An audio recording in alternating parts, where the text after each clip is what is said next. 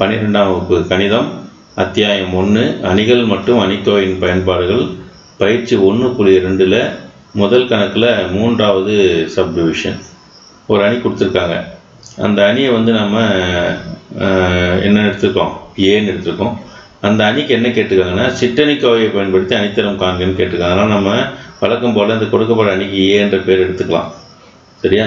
இதில் வந்து 2 நிறைகள் இருக்குது பாருங்கள். 1 2 நிறை இருக்குது. 1 2 3 4 நிரல்கள் இருக்குது இல்லையா? அப்போது இதனுடைய வரிசை என்னவாக இருக்கும்? 2/4 வரிசையாக இருக்கும். இந்த மாதிரி 2/4 ஒரு செவ்வக அணி. செவ்வக அணியாக இருந்ததுன்னா அணியினுடைய அணித்தரம் எப்படி இருக்கும் அப்படின்னா ரோ ஆஃப் ஏ. இந்த சிம்பிளுக்கு வந்து ரோன்றது அணித்தரத்தை குறிக்கும். ஏயின் அணித்தரம் ≤ மினிமம் ஆஃப் 2, 4. இங்கே என்னது 2ன்றது என்ன, 4ன்றது என்ன? கொடுக்கப்பட்ட அணியினுடைய நிறைகளின் எண்ணிக்கை 2, நிரல்களின் எண்ணிக்கை 4. இந்த 2 நம்பரில் எந்த நம்பர் வந்து குறைவாக இருக்கோ அதை தான் வந்து அணித்தரம். குறைவாகவோ அல்லது குறைவாக இருக்கிற நம்பர் முதல்ல எடுக்கணும். எது குறைவாக இருக்குங்க? 2. அப்போது ரோ ஆஃப் ஏ ≤ 2ன்னு எழுதலாம். அது என்னத்தான்? கொடுக்கப்பட்ட அணியினுடைய அணித்தரம் 2ஆக இருக்கலாம் அல்லது 2ஐ விட குறைவாக இருக்கலாம்னு அர்த்தம். சரி, இப்போ இதை 2ஆக இருக்குமா 2ஐ விட குறைவாக இருக்குமா அப்படின்றதுக்கு நாம் என்ன பண்ணோம்னா கொடுக்கப்பட்ட அணி வந்து உப அணிகளை கண்டுபிடிக்கணும். உப அணிகள் எப்படி கிடைக்கும் அப்படின்னா சில நிறைகளையோ அல்லது நிரல்களையோ நீக்குவதால் கிடைக்கும்னு சொல்லியிருக்கோம். சரியா? இப்போ இந்த இதை பொறுத்த வரைக்கும் நமக்கு சதுர அணியாக இருந்தால் நிறைய நீக்கணும், நிரலும் நீக்கணும். ஆனால் செவ்வக அணியாக இருக்கும்போது எது வந்து அதிகமாக இருக்கோ அதை நீக்கினா தான் நமக்கு உப அணி கிடைக்கும்.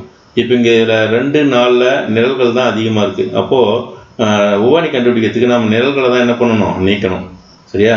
இப்போ இங்கே நிறைய அதிகமாக இருந்தால் நிறைய நீக்கணும், நிரல் அதிகமாக இருந்தால் நிரலை நீக்கணும். இது செவ்வக அணியை பொறுத்த வரைக்கும் இப்படி தான் நம்ம பார்க்கணும். சரி, அப்படி பார்க்கும்போது எல்லா உப அணிகள் எத்தனை உப அணி இருக்குது பாருங்க. இப்போ இங்கே பார்த்தீங்கன்னா 1 3 -2 -6 இந்த 2 இது நீக்கும்போது இந்த அதாவது 3வது நிரலையும் 4வது நிரல் நீக்கினா நமக்கு இந்த 4 சேர்ந்து ஒரு உப அணியை கொடுக்கும். சரியா? இந்த மாதிரி நம்ம நிறைய உப அணிகள் எழுதலாம். இப்போ பாருங்கள், இது 4 எடுத்தோம்னா ஒரு உப அணி, இது 4 எடுத்தோம்னா ஒரு உப அணி. அதாவது என்னது?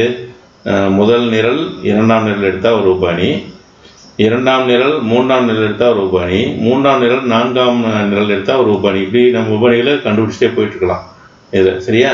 அந்த மாதிரி உப அணிகளில் என்ன பண்ணணும்? ஏதாச்சும் ஒரு உப அணிக்கு அணிக்கோவை மதிப்பு என்ன வரணும்? ≠ 0 வருதான்னு பார்க்கணும். உப அணிக்கு நேரடியாக நம்ம இது மதிப்பு கண்டுபிடிக்க முடியாது. அணிக்கு வந்து மதிப்பு வந்து விரிவுபடுத்த முடியாது. உப அணி என்னவா மாற்றணும்? சிற்றணிக்கோவையாக மாற்றி அதனுடைய மதிப்பு ≠ 0 வருதான்னு பார்க்கணும். சரி, இப்போ இங்கே பார்த்தீங்கன்னா தெரியும் பாருங்கள். இந்த உப அணி எடுக்கணும்னு வச்சுக்கோங்க. இது அணிக்கோவையை மாற்ற என்ன பாருங்க, 1 -6. இப்போ இங்கே இது இல்லாமல் 1 -2 3 -6 இது வந்து ஒரு உப அணி. சரியா? இந்த உப அணிக்கு இது ஒரு உப அணி இல்லையா? ஒரு உப அணி. இதெல்லாம் எதுவும் அவசியம் இல்லை, ஜஸ்ட் தெரிஞ்சதுக்காக. இதெல்லாம் எக்ஸாமுக்கு தேவையில்லை. இப்போ இதுக்கு அணிக்கோவை மதிப்பு கண்டுபிடிச்சா 1 -2 3 -6 இதை விரிவுபடுத்த என்ன கிடைக்கும் பாருங்கள். 1 × -6 -6. இது 2 இருக்குன்னா -6 தான் வரும், கழிக்கிறதுனால +6 ஆகும். அப்போ = 0 வந்துடுது. அப்போ இது என்ன? இந்த உப அணிக்கான சிற்றணிக்கோவின் மதிப்பு என்ன ஆயிடுச்சு? 0 ஆயிடுச்சு. இப்படியே ஒவ்வொன்றா கண்டுபிடிச்சே போகணும். ஆனால் ஏதாச்சும் ஒரு உப அணியினுடைய சிற்றணிக்கோவை என்ன வரும்? ≠ 0 வரும். அதை தான் நம்ம கண்டுபிடிக்கணும். எந்த சிற்றணிக்கோவைக்கு ≠ 0 வருதோ அதை எடுத்துக்கணும். இப்போ இங்கே இதில் பார்த்தீங்கன்னா பாருங்கள், இந்த 2 3 எடுத்திங்கன்னா என்ன வரும்? -2 × -3 எவ்வளோ கிடைக்கும்? -2 -+2 3 6. இதை பெருக்கினாலும் +6 வரும், கழிக்கிறதுனால -6. +6 -6 கழிச்சோம்னா 0 வந்துடுது. அப்போ இதுவும் தேவைப்படாது, இதுவும் எடுக்க முடியாது. சரி, அடுத்தது பார்க்கலாமா? 3வது 4வது எடுக்கலாம். -1 × 1 -1 பெருக்கல் +1 பெருக்கினா -1. இதை 2 பெருக்கினா 0. அப்போ -1 + 0 = -1. -1 ≠ 0. அப்போ இந்த உப அணிக்கு என்ன கிடைக்குது? சிற்றணிக்கோவை மதிப்பு ≠ 0 வருது. அப்போ இதை எடுத்துக்கலாம். அப்போது இந்த மாதிரி நீங்கள் என்ன பண்ணணும்? ஒவ்வொன்றா பார்க்கும்போதே தெரியும் நமக்கு. சரியா? இப்படி குறுக்க பெருக்கும் போதே நமக்கு இந்த சிற்றணிக்கோவை விரிவுபடுத்தினாவே நமக்கு 0 வருதா வரலையான்னு தெரியும். 0 வரதெல்லாம் விட்டுடுங்க. எது 0 வரலையோ அதை மட்டும் எடுத்துக்கோங்க, போதும். ஸோ அப்போ இது 0 வராது, இதை எடுத்துக்கலாமா? அப்போ என்ன ஒன்று -1 0 -3 1 என்ற உப அணியை எடுத்துக்கொள்க அல்லது கருதுக.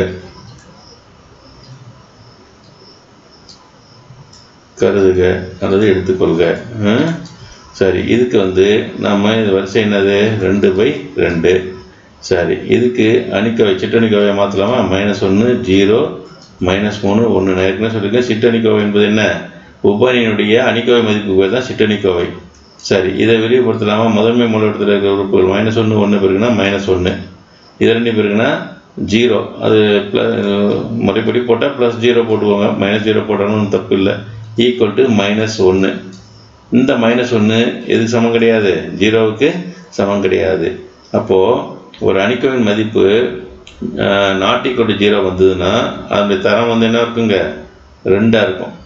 =0 வந்ததுன்னா நமக்கு 2ஓட குறைவாக இருக்கும். இது நம்ம ஒன்று பார்த்துருக்கோம். இப்போ 2 இங்கே தரம் 2ன்றதுனால தான் இந்த ரூல் சொல்கிறோம்.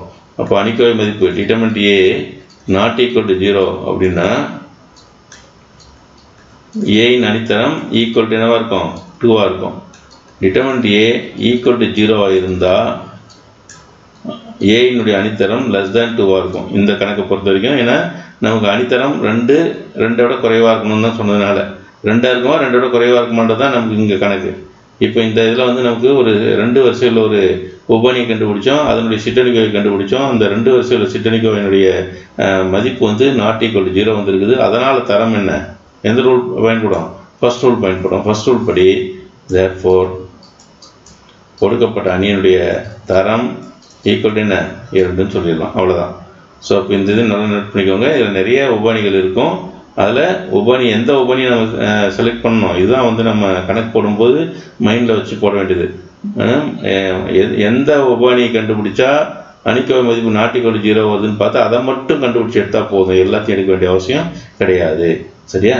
இதுதான் நம்ம இந்த கணக்கு போடுறதுக்கு ரொம்ப குயிக்காக நம்ம ஞாபகம் வச்சதுக்கான வழிமுறை.